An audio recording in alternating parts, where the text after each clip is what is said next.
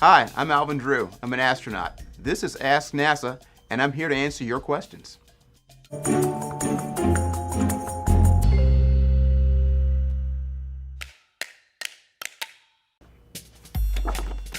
So who is going to the moon with NASA?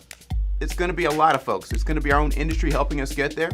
It's going to be our international partners, many of whom have been with us on the International Space Station, plus a few others.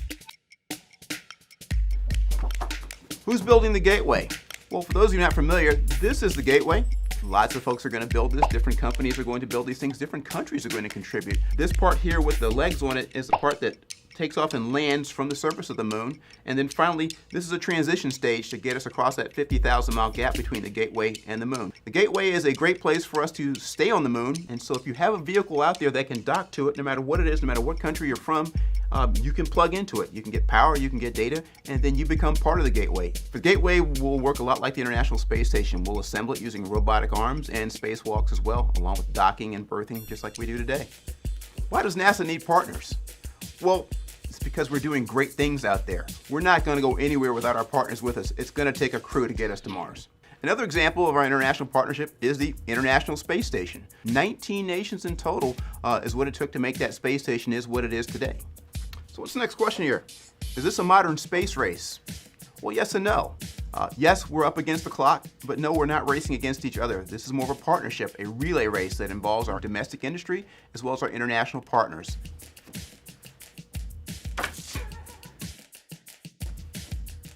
So how did going into space influence you? It's a tiny, tiny little island in the middle of a great big black sea. There's no little yellow boundary line separating our countries from one another. We really are all together here on this one island in the middle of nowhere.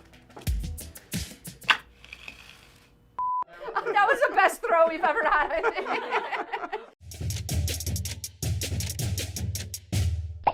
So what does it feel like in space? You're weightless, you unstrap from your seat, and you can float. Imagine being in a pool without any water, you're not wet.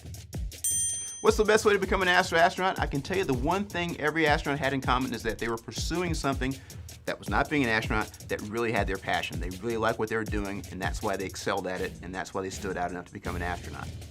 Where can you find the best views on the International Space Station? From the cupola, far and away, the best investment we've ever made. You can just see the universe from there, short of going out on a spacewalk. I heard you were in a Willie Nelson video. Do you still have your costume? Of course I still have my costume. What else do you think I'm wearing when I'm playing air guitar? One of the cool things about being an astronaut is you can sometimes inadvertently wind up on the set of a video shoot. This one involved Willie Nelson and his Whiskey River Ranch. Well, Alex, I can only guess. We're going to go to Mars here in the near future. We're going to go to the moon in preparation for going to Mars. And by the time we get there, you'll be old enough to come back and tell me what life was like on Mars. To the top, where there's the best view.